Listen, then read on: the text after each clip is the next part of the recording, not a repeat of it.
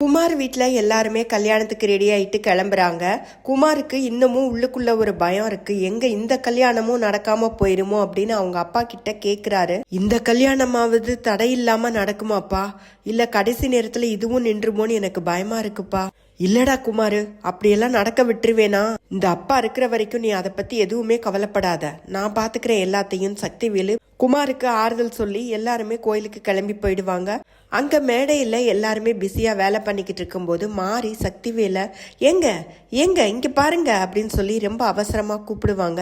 என்னன்னு கேட்டா, பொண்ணு வீட்டுக்காரவங்க எல்லாரும் வந்தாச்சு, வாங்க அக்கா வாங்க அப்படின்னு வடிவையும் கூப்பிட்டுட்டு கீழே போவாங்க அவங்கள வரவேற்கிறதுக்காக.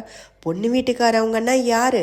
வெறும் தங்கமயிலு, தங்கமயிலோட தங்கச்சி, அவங்க அம்மா அப்பா, இவ்வளவுதான் அவங்க சொந்தமே. இதுல இந்த மாணிக்கம் வேற.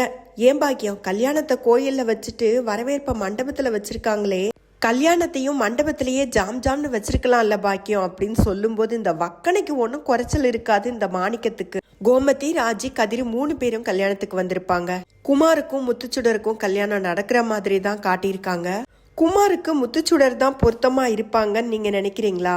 இல்லவே இல்லைங்க. அதுக்கு குமார் கல்யாணம் பண்ணாமலே இருக்கலாம். இந்த கல்யாணம் ஒரு கனவா இருக்க கூடாதான்னு தோணுதுங்க.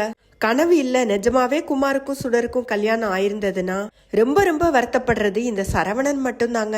ஏன்னா அவரோட லைஃப் தான் இப்ப அந்தரத்துல தொங்குது. காதலியும் கிடைக்காம, மனைவியும் கிடைக்காம, பிறக்க போற குழந்தைய பார்க்க விட மாட்டேன் வேற பாக்கியம் சண்டைக்கு நிக்கிறாங்க.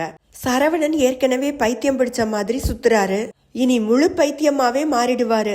சீரியலை முடிக்க போறாங்கன்னு சொல்லிட்டு சக்திவேலையும் பாக்கியத்தையும் வச்சு 2 குடும்பத்துக்கும் சண்டைய பெருசாக்கி இன்னும் எவ்வளவு நாள் இழுத்துக்கிட்டு போகுமோ தெரியல. இந்த கல்யாணம் நடக்காம இருந்திருந்தா ஒருவேளை சரவணனும் தங்கமயிலும் சேர்றதுக்கு இன்னொரு வாய்ப்பாது இருக்கும். இப்போ சரவணன் தங்கமயில திரும்ப ஏத்துக்கிட்டாலும் சுடரை குமார் கல்யாணம் பண்ணதுனால தங்கமயிலு சுடரை தங்கச்சின்னு கூட கூப்பிட முடியாது. ஏன்னா தங்கமயிலுக்கு குமார் தான் தம்பியாச்சே. தம்பியோட ஒய்ஃப் தான் சுடரை எப்படி தங்கச்சின்னு கூப்பிட முடியும்? அது மட்டும் இல்ல, சரவணன் குடும்பத்துல இருக்கிற எல்லாருக்குமே உறவு முறை மாறி போயிரும். இதெல்லாம் எங்க போய் முடிய போதோ தெரியல.